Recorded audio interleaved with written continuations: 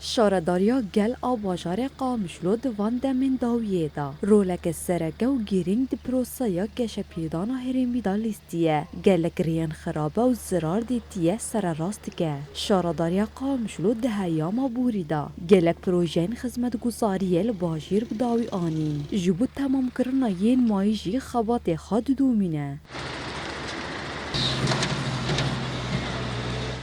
درباره مجاره و خواته چه کرنا ریاندا جاودیر فنی یا شارداریا گل آباژار قامشلو یاسین شیخ موز جروج آوا تیوی را بحثا پروژین سر راست کرنا ریان سرکه این باجیر دیگه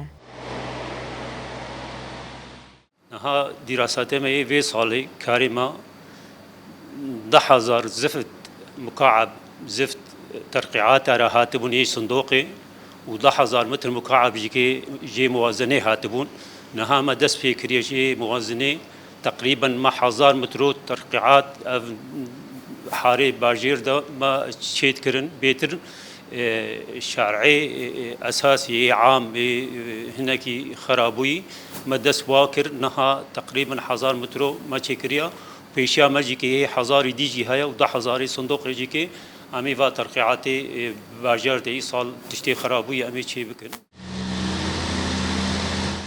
یاسین شیخ موز گفت مدام که بر دست به پروژه یا کورش کستی بقاسی 5000 متر کاب کرد و نهامت دورا 3500 متر کاب جی آنیه